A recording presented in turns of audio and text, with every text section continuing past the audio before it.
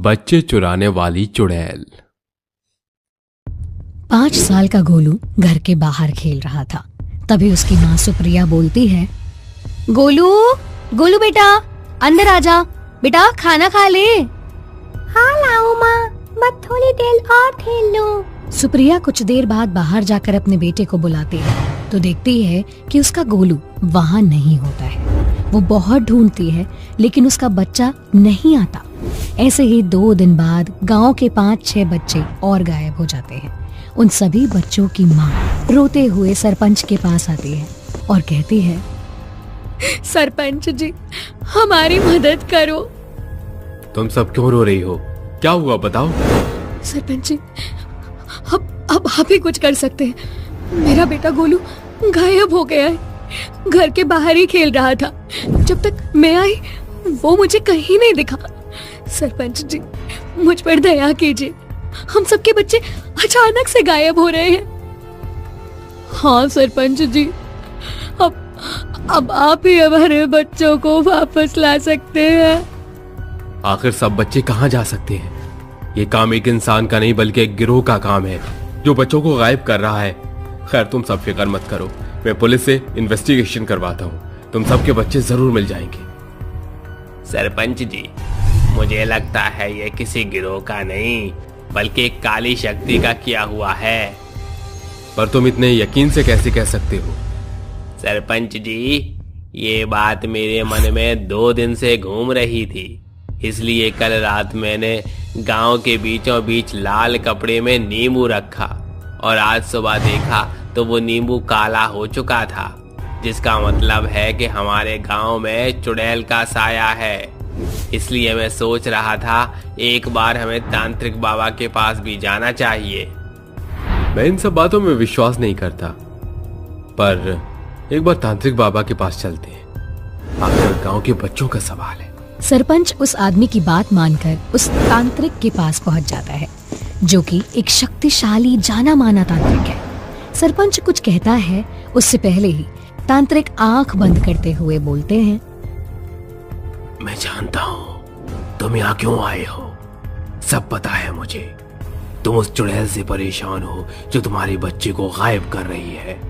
उसी का साया तुम्हारे गांव पर मंडरा रहा है। बाबा जब आप इतने माहिर हैं तो आप ही इसका समाधान निकालिए। उन बच्चों को वापस ले आइए, मैं विनती करता हूँ आपसे।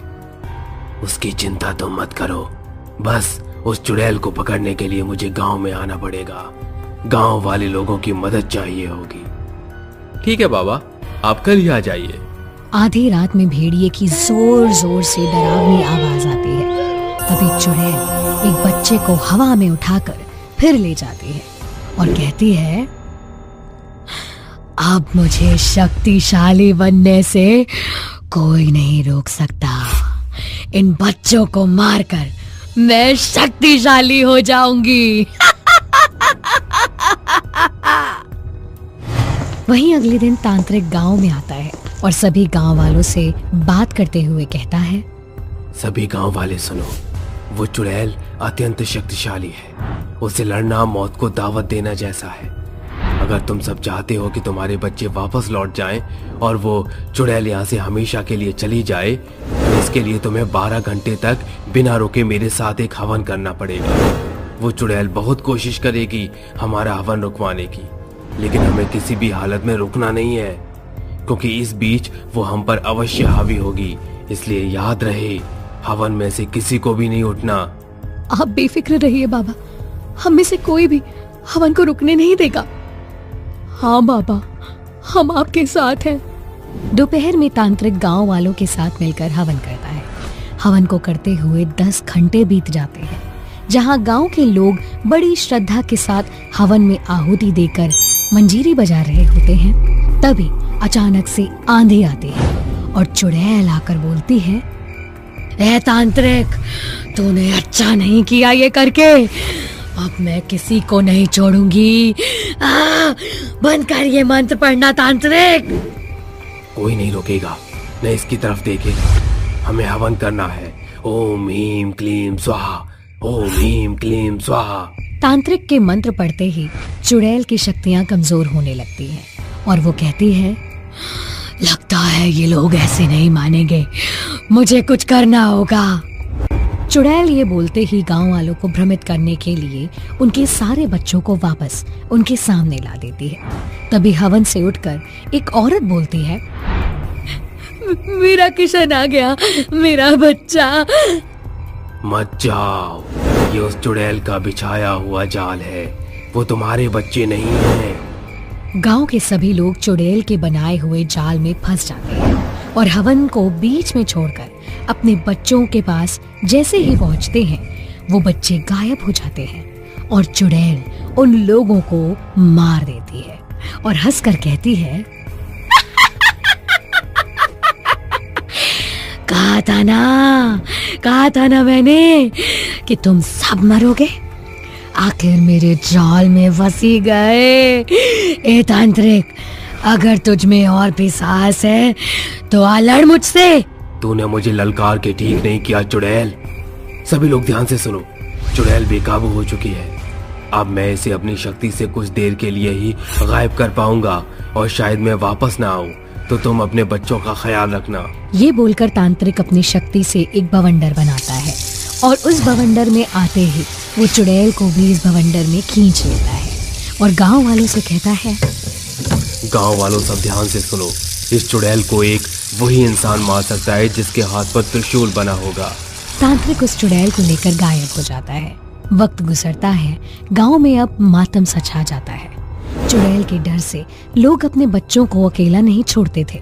वहीं एक दिन गांव में रवि नाम का पुलिस इंस्पेक्टर अपने बेटे को लेकर आता है और एक अंधविश्वासी भी होता है जो कहता है, देखो, आप सबको डरने की अब कोई जरूरत नहीं है। बच्चा पकड़ने वाला गिरोह अब पकड़ा जा चुका है, इसलिए मैं अपने बेटे साहिल को भी अपने साथ लाया हूँ। पुलिस के इतना कहते ही जोर से एक आंधी के साथ चुड़ैल आती है, जिसे देखकर इंस्पेक्टर की आंखें फटी की फटी रह जाती हैं। वहीं बच्चा भी डर कर अपने पिता के पीछे छुप जाता है और डर कर इंस्पेक्टर बोलता है, चुड़ैल, अब तक यकीन नहीं था पर आज हो गया, बचाओ।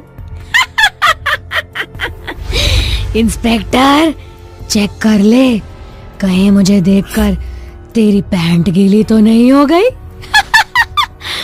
अब तू भी मरने के लिए तैयार हो जा। छोड़ दो मुझे आना ही नहीं चाहिए था इस गांव में। तुझे छोड़ दूं? अरे बच्चा! चुड़ैल इंस्पेक्टर को छोड़ उसके बच्चे को पकड़ने की कोशिश करती है। तभी इंस्पेक्टर अपनी बंदूक से चुड़ैल पर गोली चलाता है, लेकिन उससे चुड़ैल को कुछ भी नहीं होता। गुस्से में चुड़ैल फिर इंस्पेक्टर की गर्दन पकड़ती है। तभी वो बच्चा अपने पिता को छुड़ाने के लिए चुड़ैल का हाथ पकड़ता है। हाथ पकड़ते ही उसे बहुत जोर का झटका लगता है, जिस कारण वो जलने लगती है और चिल्लाकर कहती है, नहीं नहीं नहीं, ऐसा नहीं हो सकता, मैं मर नहीं सकती। चुड़ैल के जलते ही वो एक बादल बन जाती है, जिसके बाद वो गायब बच्चे वापस आ जाते हैं और चुड़ैल हवा में बादल बनकर फट जाती है। इसके बाद सब लोग खुश हो जाते हैं। तो वो औरत कहती है, चुड़ैल ऐसे कैसे मर सकती है? कहीं इस बच्चे के हाथ पर त्रिशूल तो नहीं? गांव के सभी लोग बच्चे के हाथ पर त्रिशूल देखकर चुड़ैल के मरने का कारण समझ जाते हैं और खुशी खुशी रहने लगते हैं। चुड़ैल माँ का अनाथ बच्चा। चंदनिया छुप जाना रे, क्षण भर को लुक जाना रे, निंदिया आँखों में आई, मुन्ना मेरा सो जाए, मुन्ना मेरा सो जाए रे। सो गया मुन्ना। मुन्ना, अब मुझे अपने महत्वपूर्ण कार्य को अंजाम देना होगा। चुड़ैल आहिस्ता से अपने दूध मुंही बच्चे को सुलाकर उसके माथे को चूमकर रात के अंधेरे में निकल पड़ती है। आसमान में चलने वाली हवाएं साए साए सी ध्वनि को उजागर कर रही थी। चारों तरफ बेतहाशा सन्नाटा था। तभी चुड़ैल ताकती हुई कहती है, वापस आ गई हूँ और अब मैं एक एक की सांसें रोक दूंगी। जब तक मेरा इंतकाम पूरा नहीं होता मैं यहाँ से नहीं जाने वाली। चुड़ैल की हंसी रात की शांति भरी मंजर को तहस नहस करते हुए हाहाकार मचा रही थी। और तभी वो उड़ते हुए गांव की हवेली में कदम रखकर कहती है, बहुत सुकून भरी नींद सो चुके तुम। अगर मैंने इस हवेली की संगे मरमर दीवारों को खून से न रंग दिया, मैं भी चुड़ैल नहीं, और उसकी शुरुआत आज से ही होगी। बौखलाई हुई चुड़ैल हवेली के अंदर कदम रखकर सभी कमरों की तलाशी लेने लगती है और तभी उसकी नजर कमरे में सो रहे कुमार पर जाती है, जिसके बाद चुड़ैल उसके पास आकर कान में कहती है, कुमार, कुमार। ये इतनी रात के कौन मेरे कानों में भोंपू बजा रहा है? आवाज सुनने के बाद भी वो बिना आंखें खोले नींद में बड़बड़ाकर फिर से सो जाता है और चुड़ैल कहती है, कुमार, उठो कुमार। आवाज सुनकर कुमार झट से उठ खड़ा होता है और चुड़ैल को अपनी एकदम करीब देखकर डर के मारे उसके पसीने छूट जाते हैं और वो थरथराते हुए कहता है, तुम? हाँ, मैं। क्या हुआ कुमार? मुझे देखकर कब कभी छूट रही है? आज मैं इस कुमार का शिकार करूंगी। नहीं नहीं, मुझे मत मारो, मुझे छोड़ दो। छोड़ दूं? ऐसे कैसे छोड़ दूं? आज तेरा मरना तय है। बचाओ पिताजी, भीमा, हरिया, कहाँ मर गए सब के सब? तेरे चीखने चिल्लाने का कोई फायदा नहीं, क्योंकि मेरी शक्तियों ने इस कमरे के हर कोने को पूरी तरह से जकड़ लिया है। अब जाकर भी तेरी आवाज यहाँ से बाहर नहीं जा सकती। तो तू तो गया। चुड़ैल अपनी धारदार नाखूनों से उसकी गर्दन रेत देती है और खून के छींटे पूरी दीवार पर फैल जाते हैं। फिर चुड़ैल कहती है, मौत का खेल शुरू हो गया है, कोई नहीं बचेगा। मेरे कदम इस गांव और हवेली पर पड़ चुके हैं। अब मुझे चलना चाहिए, कहीं मेरा मुन्ना जाग न गया हो। चुड़ैल झटपट से दौड़ते हुए अपने घर आ जाती है, जहाँ उसका मुन्ना बिलक बिलक कर रो रहा होता है। उसे रोता देखकर चुड़ैल की आंखों से खून के आंसू बहने लगते हैं और चुड़ैल कहती है, ना मुन्ना ना, ना रो बेटा। तुझे पता है तेरी माँ को तेरा रोना पसंद नहीं है। चुप हो जा।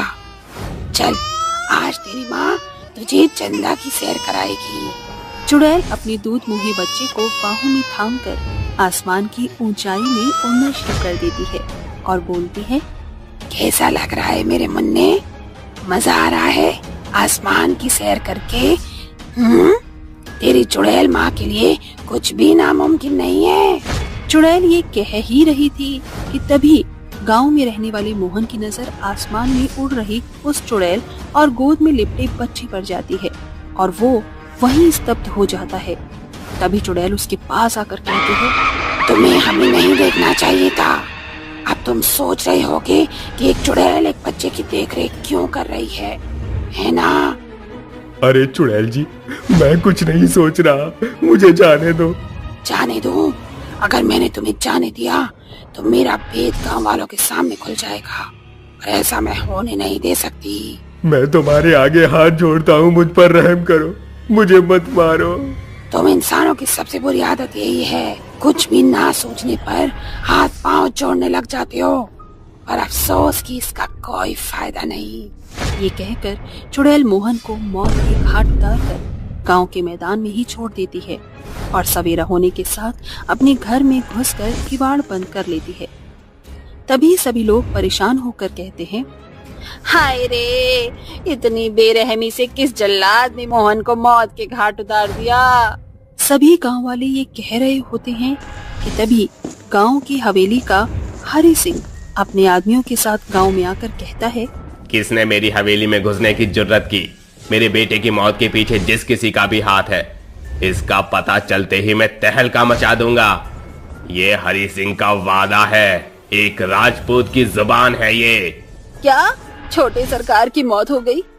हुजूर, मोहन भी इस दुनिया में नहीं रहा, वो देखिए उसकी लाश।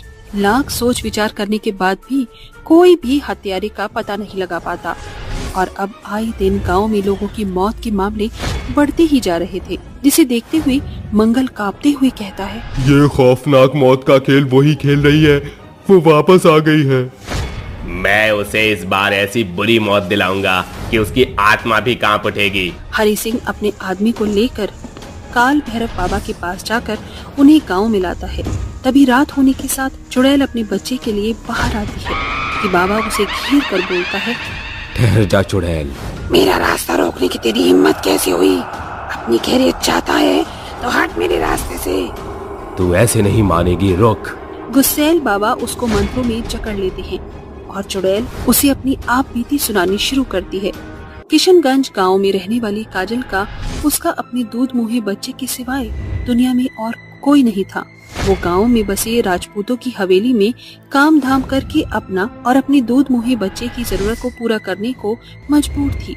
आज भी वो अपना काम कर ही रही थी कि तभी हरि सिंह का बेटा कुमार कमरे में घुस आता है और उससे जबरदस्ती करते हुए कहता है, कम से कम खुद पर नहीं तो अपनी बरकरार हुस्न पर तो तरस खा ले। छोटी सरकार, छोड़िए मेरा रास्ता। ऐसे कैसे छोड़ दूं? मुद्दतों से तू मेरे कमरे में मिली है। हवस के नशे में चोर कुमार दरवाजा बंद कर देता है और विधवा काजल के साथ बहुत बदसलूकी करता है, जिसके बाद वो रोकर कहती है, तुमने एक गरीब की इज्जत पर हाथ डाला है, मैं सबको बता दूंगी।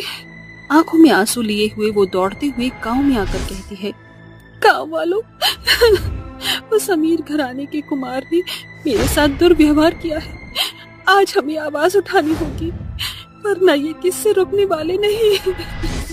वो कह ही रही होती है कि तभी हरि सिंह अपने तमंचे से उसको बेरहमी से खून डालता है और कहता है, किसी की भी गर्दन मेरे खिलाफ उठी तो उसका यही अंजाम होगा, और खबरदार जो किसी ने भी इसके अनाथ बच्चे को अपने घर में पनाह दी। सभी डरकर उसके रोते हुए अनाथ बच्चे को वहीं छोड़ देते हैं और मरने के बाद भी बेटे का मोह उसे मुक्ति नहीं मिलने देता और वो उसी रात चुड़ैल बनकर गांव में कदम रखती है और अपने बेटे को सीने से लगाकर कहती है, मेरा बेटा अपनी माँ के रहते कभी अनाथ नहीं होगा। चुड़ैल बनकर ही सही, पर मैं तुझे पालूंगी और अपना इंतकाम भी लूंगी। आज मैं तेरे इस लाल को ही हलाल कर दूंगा, क्योंकि मुझे पता है कि तेरी जान तेरे ही अनाथ बच्चे में बसती है। तूने मेरे बच्चे को हथियार बनाकर अच्छा नहीं किया, अब तुझे कोई भी ताकत मुझसे नहीं बचा सकती। ये कहकर बौखलाई चुड़ैल उसे और मंगल को बुरी मौत देती है और कहती है, मेरा बदला पूरा हो गया, मैं अपने बच्चे को इस गांव के हवाले करती हूँ। इसको अपना समझकर पाल लेना, क्योंकि मैं नहीं चाहती कि मेरा बच्चा मेरे जाने के बाद अनाथों की जिंदगी जिए। मैं इसे अपने सीने से लगाकर रखूंगी। बदला पूरा होने और अपने अनाथ बच्चे को माँ की ममता मिलता देखकर चुड़ैल की आत्मा को हमेशा के लिए मुक्ति मिल जाती है। भूतिया पति की प्रेग्नेंट पत्नी। कहाँ रह गए महेंद्र? अब तक तो उन्हें आ जाना चाहिए था। अब तक कोई फोन भी नहीं किया इन्होंने। नीलम के गर्भावस्था के 2 महीने बीत चुके थे और उसका पति महेंद्र आज शहर से घर लौटने को था। अचानक आधी रात नीलम का दरवाजा जोर जोर से बजने लगता है, जिस कारण उसकी नींद खुलती है और वो कहती है, आधी रात को दरवाजे पर कौन है? दरवाजा तोड़कर अंदर आने का इरादा है क्या? खोल रही हूँ। नीलम जैसे ही दरवाजा खोलती है तो चौखट पर उसका पति महेंद्र खड़ा होता है। वो बिना कुछ कहे अंदर घुस जाता है और नीलम कहती है, आप तो सुबह ही आने वाले थे ना, फिर इतनी देर कैसे हुई आपको? और आप नजरें नीचे करके क्यों बात कर रहे हैं? ऐसा पहले तो नहीं किया आपने। कभी कभी ना चाहकर भी बदलाव आ ही जाता है। क्या मतलब है आपका? अरे छोड़ो ये, देखो मैं तुम्हारे होने वाले मुन्ने के लिए ढेरों तोहफे लेकर आया हूँ। अभी इसकी क्या जरूरत थी? अभी सिर्फ 2 महीने पूरे हुए हैं। कहते हैं कि बच्चे की किलकारियाँ गूंजने से पहले ये सारी चीजें नहीं खरीदनी चाहिए, अनहोनी होती है। नीलम, कभी कभी अपने साथ हुए अनहोनी को हम चाहकर भी नहीं बयान कर पाते। जब से आप शहर से लौटे हैं बड़ी अजीब सी बातें कर रहे हैं, कुछ परेशानी है क्या? नीलम, तुम सिर्फ मुझे जल्दी से हमारा बच्चा दे दो, यही मेरी जीवन की सबसे बड़ी खुशी होगी। महेंद्र घुटनों के बल जमीन पर बैठकर नीलम के पेट को चूमते हुए कहता है, मेरे लाल, जल्दी से अपने माँ की कोख से निकलकर अपने पिता की गोद में आ जा बेटा। थोड़ी ही देर में सवेरा हो जाता है और नीलम कहती है, जब से शहर से लौटे हैं तब से आप घर में ही बैठे हुए हैं। अरे थोड़ा गांव हॉल्ट घूम आइए, अच्छा लगेगा। वो उसकी बात को अनसुना करके चादर तानकर सो जाता है। रात होने पर नीलम कहती है, आज मैंने आपका मनपसंद खाना बनाया है, खाइए। महेंद्र बेमन से खाना खाकर कमरे में चला जाता है। तभी नीलम की नजर अचानक सामने टंगे आईने में देखकर उसके रोंगटे खड़े हो जाते हैं और वो कहती है, बाबा भूत, क्या मेरी आंखें जो देख रही हैं वो सच है या भ्रम? क्या महेंद्र मर चुके हैं? महेंद्र बिछौने पर लेटकर आंखें बंद कर लेता है और आधी रात के सन्नाटे में चमगादड़ों की शोर सुनकर भूत अपने भयानक रूप में आकर दरवाजे से बाहर निकलकर खूनी आंखों से आसमान में ताकता है। तभी नीलम दरवाजे के पीछे छुपकर अपने पति को हैवान बना देखकर कहती है, इसका मतलब मैंने जो शीशे में देखा वो मेरी आंखों का भ्रम नहीं बल्कि सच था। आकाश के परिंदों, बंद करो ये शोर। अगर तुम लोगों की शोर से मेरी बीवी या होने वाले बच्चे की नींद खुली तो तुम्हारा नामो निशान मिटा कर रख दूंगा। पंछी लगातार चहचहाते हैं, जिसके बाद भूत दहाड़ते हुए जमीन पर पांव पटक कर कहता है, मरोगे तुम सब, मरोगे। भूत जैसे ही अपनी डरावनी खूनी आंख आसमान की ओर उठाता है, सभी पंछी चहचहाते हुए धूल के तिनकों की तरह जमीन पर तड़प कर गिरने लगते हैं और भूत कहता है, इंसानी मांस न सही तो पंछियों का मांस ही सही, इन्हें खाकर मैं अपनी भूख मिटाऊंगा। अपने भूतिया पति को हैवान में बदला देखकर नीलम के हाथ पांव ठंडे पड़ जाते हैं और वो बिस्तर पर जाकर आंखें बंद कर लेती है। तभी भूत कहता है, मेरा मुन्ना, और कितना इंतजार करना पड़ेगा तेरे भूतिया पिता को? नीलम डरकर थर्राते हुए उठकर कहती है, दूर हटो, मत छूना मुझे और मेरे बच्चे को भी। तो मेरे भूत होने का सच तुम्हारे सामने आ ही गया। तुम्हें मैंने कहा दूर हटो। अपने पति से इतना क्या डरना नीलम, आहिस्ता, वरना पीछे गिर जाओगी तो हमारे होने वाले बच्चे को चोट लग जाएगी। मेरे पति का रूप लेने वाले हैवान, कौन है तू? कहाँ है मेरे पति? सब कुछ समझाता हूँ, बैठो। महेंद्र और नीलम की शादी बड़े ही साधारण तरीके से हुई थी। महेंद्र अपनी पत्नी नीलम को घर लाकर कहता है, नीलम, मैंने इस घर को ईंट पत्थर से बनाया है, लेकिन अब तुमको इस घर को अपने प्यार से संजोकर स्वर्ग बनाना है। तुम ही मेरी दुनिया हो। अब आप और मैं, हम हैं और ये हमारा घर संसार है। दोनों बड़े ही प्यार से अपनी शादीशुदा जीवन की शुरुआत करते हैं और कुछ ही दिनों में महेंद्र की नौकरी शहर में लग जाती है और वो कहता है, बस कुछ ही दिनों की बात है, मैं जल्दी ही कुछ इंतजाम करके तुम्हें लेने आऊंगा। महेंद्र के जाने के कुछ दिनों बाद नीलम को पता चलता है कि वो महेंद्र के बच्चे की मां बनने वाली है और वो फोन करके महेंद्र से कहती है, आप बहुत ही जल्दी पिता बनने वाले हैं। क्या? सचमुच? नीलम, ये मेरे जीवन की सबसे बड़ी खुशखबरी है। मैं कल ही गांव आ रहा हूँ। महेंद्र अपनी कमाई को लेकर ट्रेन में बैठ जाता है और एक गुंडा उसके पीछे लग जाता है और बोगी खाली देखकर वो कहता है, चल चारे, बिना माथा बच्चे के रोकड़ा निकाल दे। नहीं, मेरी बीबी मां बनने वाली है। ये पैसे मेरे खून पसीने की कमाई है जो मैंने उसके लिए जोड़े हैं। खाली पीली भेजा मत खा, माल निकाल वरना हलाल कर दूंगा। नहीं, मुझे मत मारना, मैं मेरी बीवी और मेरे बच्चे को देखना चाहता हूँ। गुंडा अपनी जेब से धारदार छुरी निकालकर उसके आर पार करके चलती ट्रेन से फेंक देता है और उसकी आत्मा भूत बनकर घर पहुंच जाती है। मैं जानता था कि मेरी भूतिया होने की सच्चाई तुम्हारे सामने आएगी तो तुम्हें बड़ा सदमा लगेगा। मैं सिर्फ अपने होने वाले बच्चे का मुंह देखने के लिए यहाँ वापस लौटा हूँ। मुझे तुम पर विश्वास है। वक्त तेजी से गुजरते चला जाता है और नीलम के गर्भावस्था के 8 महीने लग जाते हैं। एक रात गांव में जोर की आंधी तूफान उठता है और झमाझम बरसात शुरू होने लगती है। तभी नीलम के पेट में दर्द शुरू होता है, जिसे देख भूत कहता है, मुझे जल्दी से डॉक्टर को लेकर आना होगा। भूत तूफान को चीरता हुआ एक डॉक्टर के घर में घुसकर कहता है, मेरे साथ चलो।